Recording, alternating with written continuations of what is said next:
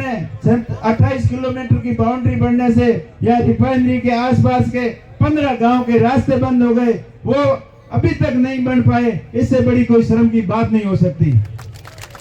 और जब युवा या आप काफी लोग रिफाइनरी के अंदर काम करते हो, वहां जाते हैं तो आपको ये कहकर वहां काम नहीं लगाया जाता कि आप लोकल हो, और बाइतू का नाम तो आप भूल से ही ले लिया तो रखते हुए भी नहीं रखेंगे, ऐसी स्थिति इन्होंने बना रखी है। तो इन सबको, इस सारे सालासर की धरती से शुरुआत हुई और आज पाटौदी की पावन धरा पर सत्ता संकल्प यात्रा के अंदर पधारे हुए हनुमान जी बेनीवाल साहब, उनके साथ में पधारे हुए पुखराज जी गर्ग साहब, इंदिरा जी बावरी, हाजी मूसे खान जी, सम्मानित मंच और हजारों की संख्या में पधारे हुए समस्त आरएलपी कार्यकर्ता और सभी मेरे पितातुल्य बुजुर्गों, युवा साथियों, आप बड़ी संख्या में पधार कर इस सत्ता संकल्प यात्रा को सफल बनाने का पूरा प्रयास किया। आप सभी का बहुत बहुत आभार, धन्यवाद। आप सबने घना राम राम, शुक्रिया, जय माता जी, सलाम अलैकुम। ये व्यवस्था देखिए, हनुमान जी बेनीवाल साहब का संघर्ष किसी से छुपा नहीं है।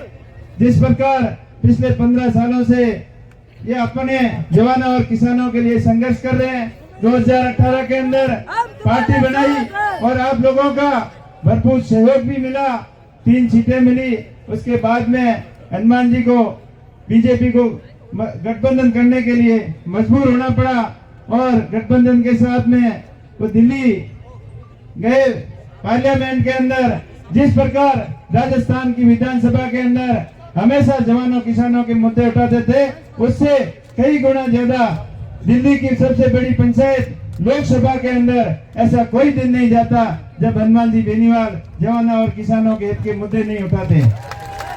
साथियों, हमेशा विपक्ष में रहकर संघर्ष नहीं किया जा सकता और अपने हक और अधिकारों के लिए सत्ता की चाबी अपने पास चाहिए। इसलिए ये सत्ता संकल्प यात्रा का आगाज जो हुआ है, अब पूरे राजस्थान के अंदर यात्रा चलेगी और इस बार पूरी राजस्थान की जनता ने व्यवस्था परिवर्तन का मन बना लिया है और आप सब उसके अंदर दिन रात लग जाएं और आरएलपी पार्टी को मजबूत करें ताकि कांग्रेस और बीजेपी का जो ये मिलाजुली का खेल है, ये मिलाजुली का खेल खत्म हो सके।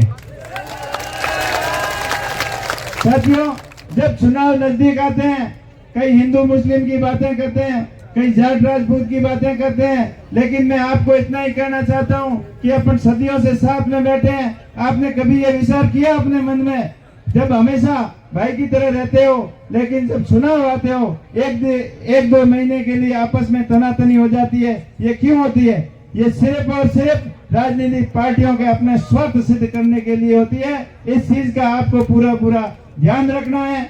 36 कौम के लोगों को साथ में लेकर आरएलपी पार्टी को मजबूत करना है।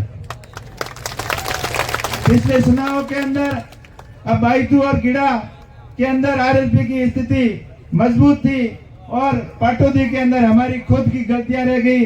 आज से आप जैसे लोगों से हमने संपर्क नहीं किया और संपर्क कर नहीं पाए, कम समय था, लेकिन इस बार पाटौदी की पूरी जनता ने मन बना लिया है कि गिड़ा और बाइतू के वोटों से ज्यादा लीड पाटौदी से आ रही है।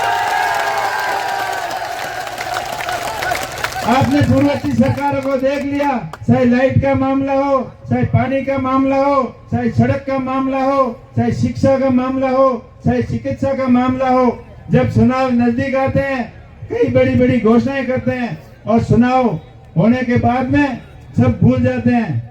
इसी पार्टियों से आपको दूर रहना है और एक बार 5 साल के लिए हनुमान जी को मौका देना है। हनुमान जी के मन में नए राजस्थान के निर्माण का विजन है, उनका एक सपना है नए राजस्थान का निर्माण कैसे हो, कैसे हर बेरोजगार युवा के हाथ में रोजगार हो, हर किसान के खेत तक पानी जाए, सिंचाई के लिए बिजली कम दर पर मिले और शिक्षा की व्यवस्था अच्छी हो, चिकित्सा की व्यवस्था अच्छी हो और मूलभूत सुविधाओं को कैसे सुदृढ़ किया जाए, कैसे राजस्थान के अंदर नए उद्योग धंधे लगे ताकि रोजगार के नए आयाम यहाँ खुल सके।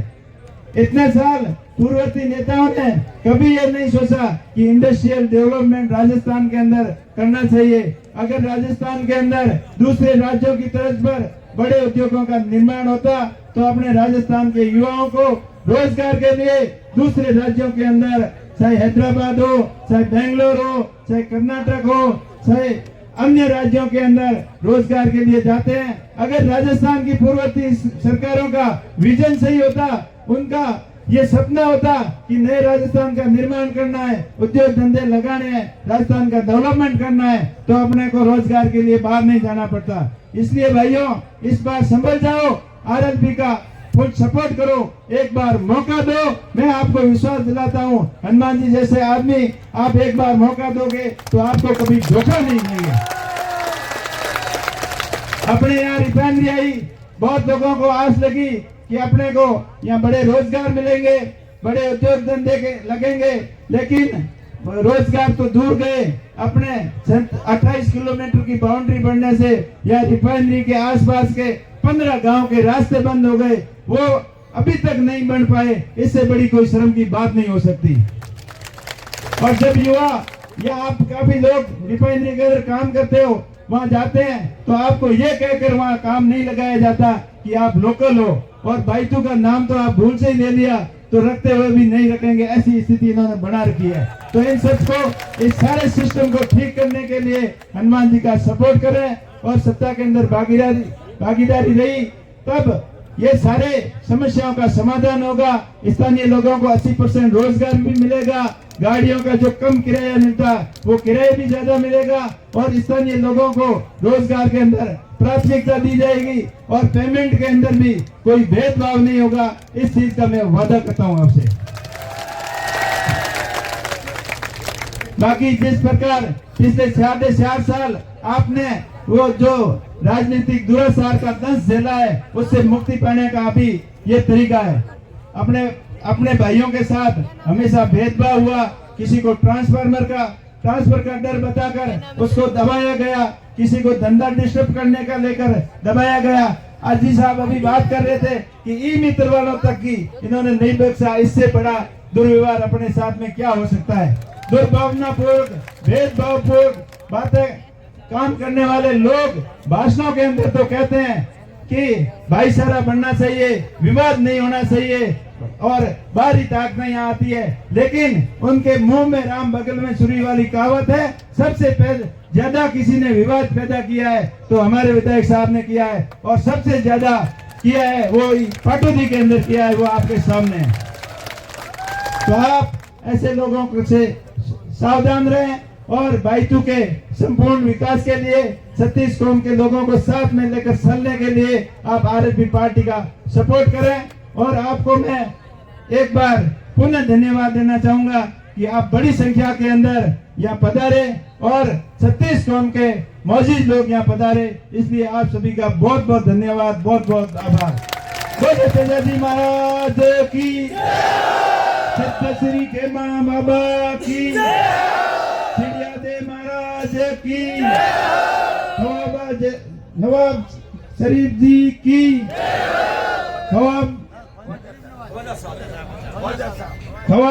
ख्वाजा साहब की, सभी देवी देवताओं की